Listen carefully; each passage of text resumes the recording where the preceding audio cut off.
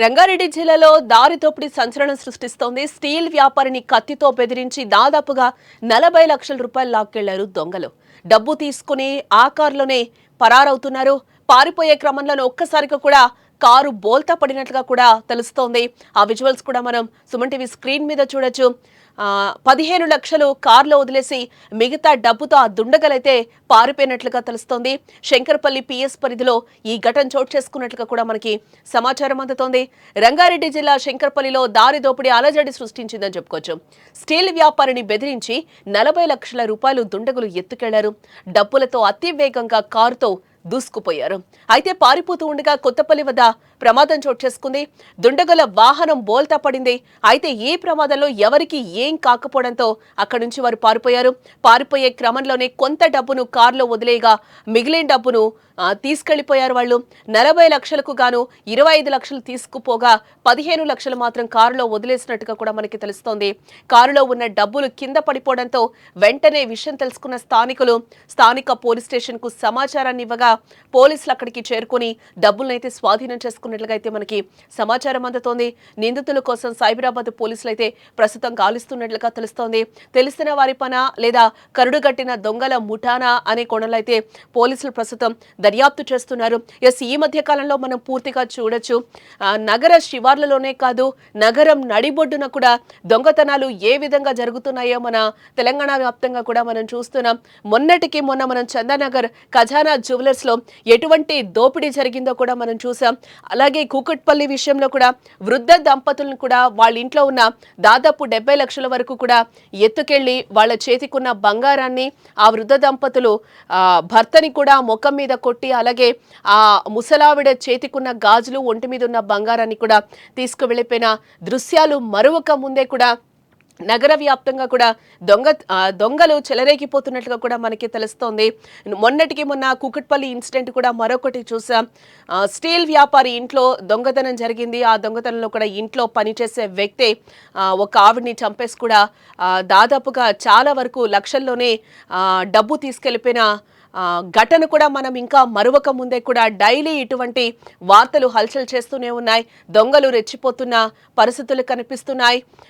ఈ ఘటనతో స్థానికంగా కూడా తీవ్ర కలకలం రేపిందని కూడా చెప్పుకోవచ్చు. కత్తితో బెదిరించి దారి దోపిడీ చేశారని అంతా తెలియడంతో కూడా ప్రజలు తీవ్ర భయాందోళనకు గురవుతున్నారు.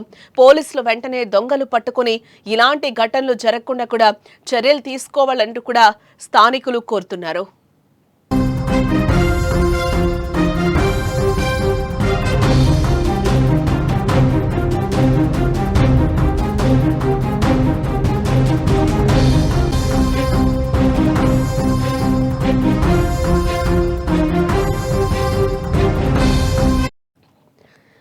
రంగారెడ్డి జిల్లా శంకరపల్లిలో దారి దోపిడీ అలజడి సృష్టిస్తోందని చెప్పుకోవచ్చు.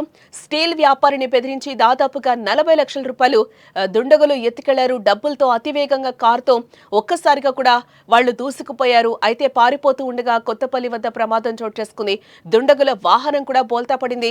ఆ వాహనం బోల్తా పడిన విజువల్ కూడా మనం క్లియర్ గా అక్కడ చూడొచ్చు. పోలీసులందరూ కూడా అక్కడ గుమిగుడి ఉన్నారు. అక్కడ వాళ్ళవి చాలా వస్తువులు కూడా పడిపోయినట్లుగా కూడా పక్కన మనకి కనిపిస్తుంది. అక్కడ డాగ్ స్క్వాడ్ కూడా తనిఖీలు చేస్తున్న పరిస్థితి అయితే కనిపిస్తుంది. వాళ్ళ పాస్పోర్ట్స్, వాళ్ళ ఐడి కార్డ్స్ కూడా, డ్రైవింగ్ లైసెన్స్ ఇట్లాంటివి కూడా అక్కడ అన్ని కూడా చెల్లాచెదురుగా పడిపోయిన పరిస్థితులు కనిపిస్తున్నాయి. అక్కడ మందు బాటిల్స్ కావచ్చు, ఒక అస్థి పంజరాల ఒక పుర్రెల దండ కూడా అక్కడ మనకి కనిపిస్తుంది. దాంతో పాటుగా ఒక గన్ కూడా అక్కడ మనకి దర్శనమిస్తుంది. చాలా వరకు కొన్ని ఐడెంటిటీ కార్డ్స్ కూడా అక్కడ పడిపోయిన దృశ్యాలు అయితే మనకి కనిపిస్తున్నాయి. వాళ్ళు చోరీ చేసిన తర్వాత ఎంత వేగంగా వెళ్తే ఆ కారు అంత ఘోరంగా బోల్తా పడుతుందో మనకు అక్కడైతే క్లియర్ గా విజువల్లో కనిపిస్తుంది. చుట్టూ కూడా అక్కడ డాగ్ స్క్వాడ్, పోలీస్ వ్యాన్, పోలీసులు అందరూ కూడా అక్కడ చుట్టుముట్టిన పరిస్థితి కనిపిస్తుంది. ఇదే నేపథ్యంలో దాదాపుగా 40 లక్షలు దారిదోపిడీ చేసి వెళ్ళిపోతూ ఉండగా కూడా అక్కడ కారు బోల్తా పడినట్టుగా కూడా తెలుస్తోంది. ఇందులో దాదాపుగా వాళ్ళు 25 లక్షల రూపాయలు తీసుకుని వెళ్ళి 15 లక్షలు వదిలేసిన సిచ్యువేషన్ కూడా అక్కడ నెలకొంది. అక్కడి నుంచి వాళ్ళు ఒక్కసారిగా ఆ డబ్బునంతా కూడా తీసుకొని వాళ్ళు అక్కడి నుంచి పరారైపోయినట్లుగా తెలుస్తుంది. ఈ ఘటనలో ఎవరికి ప్రమాదం జరగలేదనేది కూడా తెలుస్తుంది. పారిపోయే క్రమంలోనే కొంత డబ్బును మాత్రమే కారులో వదిలేయగా మిగిలిన డబ్బును కూడా వాళ్ళు తీసుకెళ్లిపోయారు.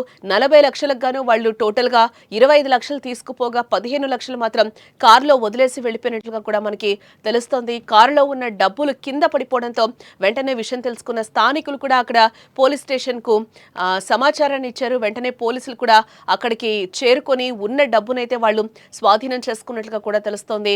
నిందితుల కోసం అయితే సైబరాబాద్ పోలీసులు ప్రస్తుతం గాలిస్తున్నట్లుగా కూడా తెలుస్తోంది.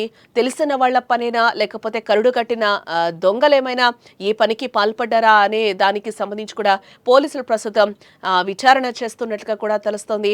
ఇలాంటి ఇష్యూస్ రిపీటెడ్ గా కాకుండా కూడా ఆ స్థానిక ప్రజలైతే పోలీసులు కోరుతున్నారు. ఇలాంటి ఘటనలు జరగకుండా కూడా తగిన జాగ్రత్తలు తీసుకోవాలి అంటూ కూడా పోలీసుల్ని రిక్వెస్ట్ చేస్తున్నారు.